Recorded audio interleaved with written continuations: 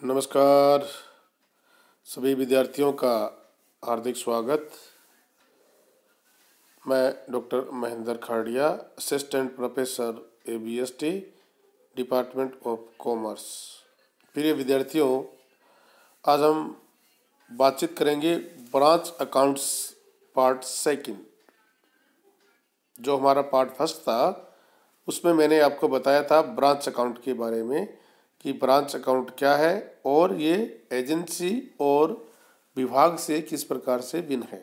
आज हम बातचीत करेंगे branch debtor methods, branch debtors method, जो कि ब्रांच अकाउंट के जो प्रॉफिट या लॉस है उसका कैलकुलेशन करने के लिए कई प्रकार की मेथड यूज करते हैं, जिसमें आज हम ब्रांच डेटर्स मेथड को से किस प्रकार से ब्रांच का प्रॉफिट या लॉस का कैलकुलेशन किया जाता है के बारे में आपको बताएंगे। तो सभी विद्यार्थी पूरा ध्यान से सुनेंगे और इसको समझेंगे, क्योंकि ये बहुत ही महत्वपूर्ण टॉपिक है आपके एग्जामिनेशन के दृष्टिकोण से। तो शुरू करते हैं ब्रांच डेटर मेथड। ब्रांच खाता प्रधान कार्यालय द्वारा शाखा के लाभ हानि ज्ञात करने हेतु कई प्रकार की विधियों का प्रयोग करते हैं, जिसमें नंबर 1 है शाखा देनदार पद्धति या शाखा अवास्तविक खाता विधि। शाखा देनदार पद्धति को शाखा अवास्तविक खाता विधि भी बोलते हैं। सेकंड है स्टॉक व देनदार पद्धति। और थर्ड थोक मूल्य विधि या शाखा व्यक्तिगत खाता विधि। ये 3 प्रकार की मेथड है जो प्रधान कार्यालय द्वारा शाखा के लाभ हानि ज्ञात करने हेतु इनका प्रयोग किया जाता है, इनका यूज किया जाता है। तो आज हम शाखा देनदार पद्धति या शाखा अवास्तविक खाता विधि के बारे में आपको जानकारी देंगे। इसके द्वारा ब्रांच का लाभ हानि किस प्रकार से ज्ञात किया जाता है, इसके बारे में आपसे हम चर्चा करेंगे। तो देखिए, शाखा देनदार पद्धति में लिखा है जो ट्रांजैक्शन है, जो एंट्रीज है, वो 2 प्रकार से की जा सकती है। जब शाखा को माल लागत मूल्य पर भेजा जाता है, और सेकंड जब शाखा को माल विक्रय मूल्य पर भेजा जाता है, यानी लागत में प्रॉफिट जोड़कर भेजा जाता है तो विक्रय मूल्य, और जब लागत पर भेजा जाता है तो कॉस्ट प्राइस। ये 2 प्रकार से हम शाखा देनदार पद्धति में लेखा करते हैं। जब शाखा को माल लागत मूल्य पर भेजा जाता है, जब शाखाओं को प्रधान कार्यालय द्वारा लागत मूल्य पर माल भेजा जाता है, शाखा संपूर्ण विक्रय राशि प्रधान कार्यालय को भेज देती है अथवा उसके खाते में जमा कर देती। या तो शाखा है, जो ब्रांच है, वो विक्रय की जो राशि है वो प्रधान कार्यालय के खाते में जमा करा देती है या उसको भेज देती है। शाखा के जो फुटकर खर्चे हैं उनके लिए प्रधान कार्यालय से प्रत्यक्ष रूप से रोकड़ भेजता है।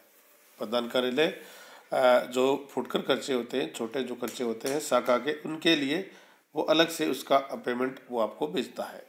ऐसी शाखाएं अपने यहाँ कोई प्रविष्टि नहीं करती हैं। ऐसी शाखाएं यहाँ पर अपने कोई प्रविष्टि उसकी नहीं करती है, केवल प्रधान कार्यालय में ही उसकी जनरल एंट्रीज की जाती है। इस हेतु प्रत्येक शाखा के लिए शाखा खाता नाम से एक खाता प्रधान कार्यालय में खोला जाता है, जिसमें ये एंट्रीज की जाती हैं। Journal entries in the book of head office. Branch में कोई खाता आपको नहीं खोलना होता है। जितनी भी एंट्रीज है वो ब्रांच के हेड ऑफिस में की जाती हैं। जैसे शुरू के जब वर्ष शुरू होता है प्रारंभ में, तब शाखा के पास स्थायी संपत्तियां होती हैं, उनके पास स्टॉक होता है, देनदार और फुटकर रोकड़ के शेष के लिए। तो एंट्री क्या करेंगे, branch account DR to branch fix assets branch stock account कौन सा, opening stock, branch petty cash account opening, और ब्रांच डेटर अकाउंट। तो जो संपत्ति है उनको हम करेंगे क्रेडिट और ब्रांच अकाउंट को करेंगे डेबिट जब वर्ष का प्रारंभ होता है तब। सेकंड एंट्री क्या होगी कि शाखा को माल भेजा जाएगा, तो एंट्री क्या होगी, branch account DR to good sent to branch, ये एंट्री करेगा हेड ऑफिस। शाखा के लिए फुटकर खर्चे रोकड़ भेजता है तो एंट्री होगी branch account DR to cash और बैंक अकाउंट। और शाखा का कोई वे भुगतान करने पर एंट्री क्या होगी, branch account DR to cash या बैंक अकाउंट। कोई भी खर्चे हैं वो ब्रांच के बिहाफ पर चुकाए जाते हैं तो ये एंट्री हेड ऑफिस में की जाती है। जो भी एंट्री मैं बता रहा हूँ वो हेड ऑफिस में ही की जाती है।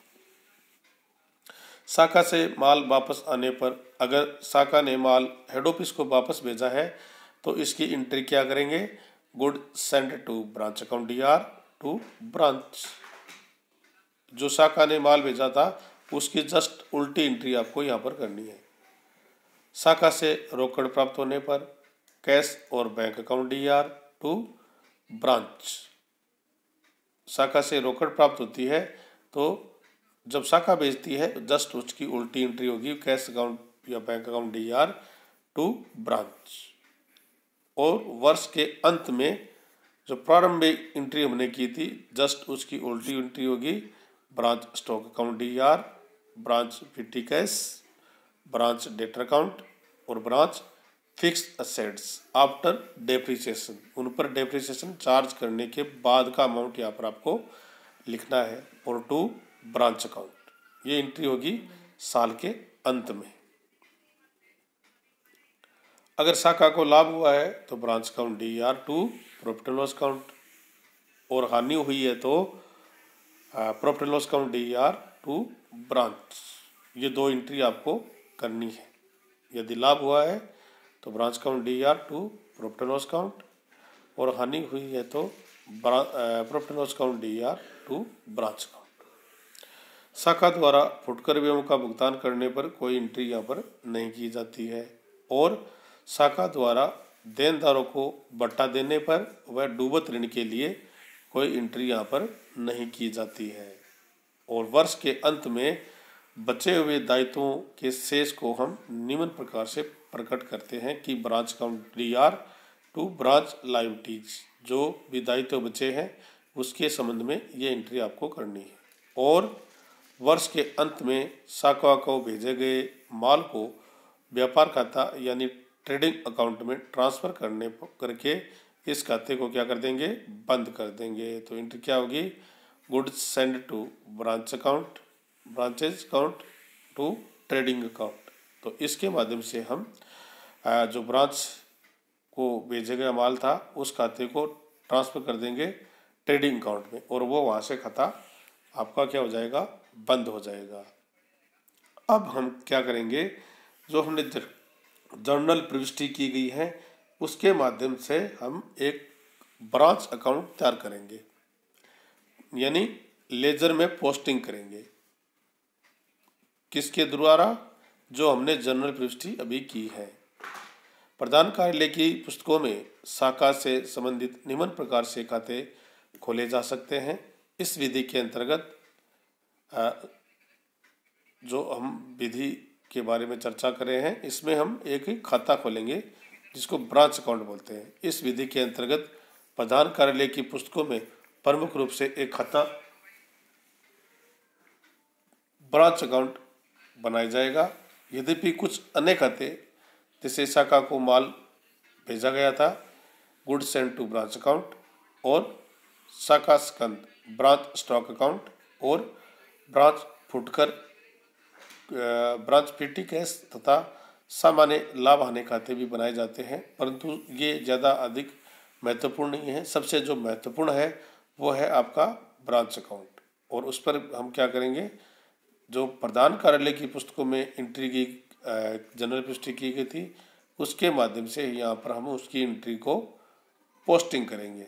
जैसे डेबिट साइड में चलते हैं तो सबसे पहले जो पोस्टिंग हुई थी क्या हुई थी, branch account DR to opening stock, to PT cash account, to debtor account और टू ब्रांच फर्नीचर अकाउंट यानी फिक्स असेट्स वाली संपत्ति की एंट्री आ गई। सेकंड एंट्री आई थी branch account DR good send to branch, यहाँ पर माल कैसा आ रहा है, एट ए कॉस्ट पर आ रहा है। और इसके बाद में हेड ऑफिस ने एक्सपेंसेज भेजे थे bank account branch account DR to bank, branch expenses paid by head office ने ब्रांच के जो खर्चे चुकाए थे उसके संबंध में एंट्री। और फिर कैश अकाउंट या cash remitted from PT expenses छोटे खर्चे चुकाने के लिए ब्रांच को पैसे भेजे थे हेड ऑफिस ने, उसकी एंट्री। और फिर इस साइड एंट्री करेंगे बाई बैंक अकाउंट या कैश अकाउंट, जिसमें दो प्रकार के अमाउंट आएंगे, कैश सेल्स कितनी की है और amount received from debtors good sent to branch at cost, यानी ब्रांच ने हेड ऑफिस को वापस मटेरियल रिटर्न कर दिया है, उसकी एंट्री होगी। और साल के जो अंत में आएगा branch debtor account, closing stock, branch fix assets after depreciation closing stock, branch PT cash closing stock और by stock with branch closing at cost.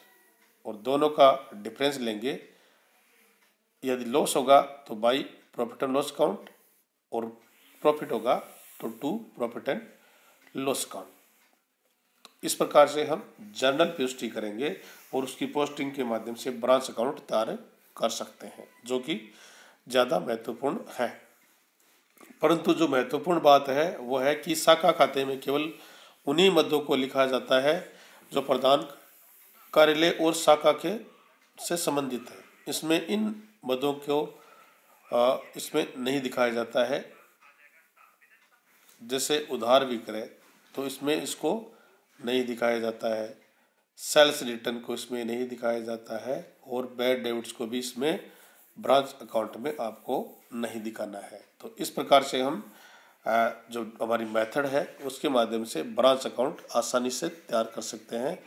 Branch debtor method account, branch debtor method के माध्यम से branch account में जब माल cost per भेजा जाता है तब प्रविष्टि किस प्रकार से करते हैं, हम जनरल प्रविष्टि करते हैं और जनरल प्रविष्टि करने के बाद उसकी पोस्टिंग करते हैं ब्रांच अकाउंट में।